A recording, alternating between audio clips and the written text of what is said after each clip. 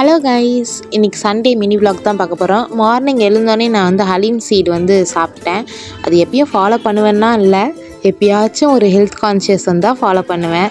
இது வந்து என் அண்ணா வந்து எல்லா சீட்ஸும் வாங்கி வச்சுருந்தா சண்டை போட்டு எனக்கும் வேணும், நானும் சாப்பிட போகிறேன், இதுக்கப்புறம் நானும் வந்து டயட் இருக்க போகிறேன், ஹெல்த் கான்ஷியஸாக இருக்க போகிறேன் அப்படின்னு சொல்லி வாங்கிட்டு வந்தேன்.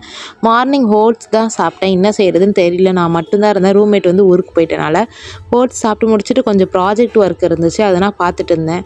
ஐயோ, இந்த தேர்ட் இயர் வந்து ப்ராஜெக்ட் முடிக்கிறதுக்குள்ளே அப்பா முடியலை.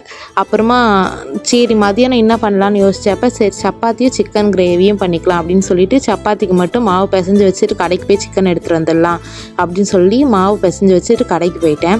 கடையில் வந்து சிக்கன் கடையில் போய் நான் எப்பயும் 50 rupeesக்கு தான் சிக்கன் எடுப்பேன், நான் மட்டும் தானே, அதனால 50 rupees கேட்டதுக்கு அந்த அண்ணா பார்த்து சிரிச்சிட்டு இருந்தாங்க.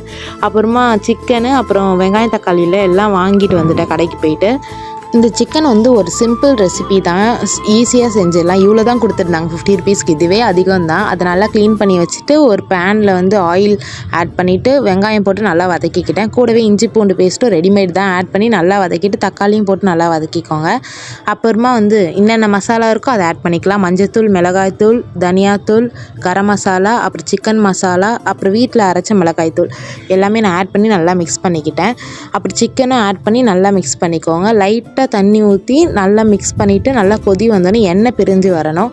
நான் வந்து ஒரு செமி கிரேவியாக தான் வைக்கிறேன், பிகாஸ் நான் மட்டும்தான். அதனால் வந்து சரி மதியானத்துக்கு சாப்பிட்டு நைட்டுக்கும் வச்சுக்கலாம் அப்படின்னு சொல்லிட்டு நான் செமி கிரேவியாக தான் வச்சுருக்கேன். இன்றைக்கி வந்து எனக்கு ரைஸ் சாப்பிடவே பிடிக்கல, ஏன்னு தெரியல, அதனால சப்பாத்தி பண்ணிட்டேன். ரொம்ப பர்ஃபெக்டான சப்பாத்தி சுட தெரியாது, இங்கே வந்து தான் கற்றுக்கிட்டேன். கிரேவி ஐட்டம் எல்லாமே நான் வீட்டில் இருக்கும் போது பண்ணுவேன், ஆனால் இங்கே வந்து தான் சப்பாத்தி செய்ய கற்றுக்கிட்டேன். அது ஒரு ஷேப்பில் வந்துச்சு, அட்ஜஸ்ட் பண்ணி நான் மட்டும்தானேன்னு சாப்பிட்டேன். நல்லா தான் இருந்துச்சு டேஸ்ட்டு. இது சாப்பிட்டு நான் திருப்பி ப்ராஜெக்ட் ஒர்க் தான் பார்த்துட்டு இருந்தேன். நாளைக்கு வந்து டாக்குமெண்ட் சப்மிஷன் இருக்கனால ப்ராஜெக்ட் ஒர்க் தான் பார்த்துட்டு இருந்தேன். பட் நான் ப்ராஜெக்ட் முடிக்கலை, வெற்றிகரமாக நாளைக்கு போய் நான் திட்டு வாங்க போகிறேன். இப்படி தான் என்னோடய சண்டே போச்சு. மறக்காமல் நம்ம சேனலை சப்ஸ்கிரைப் பண்ணிக்கோங்க. டாடா, இன்னொரு வீடியோவில் பார்க்கலாம்.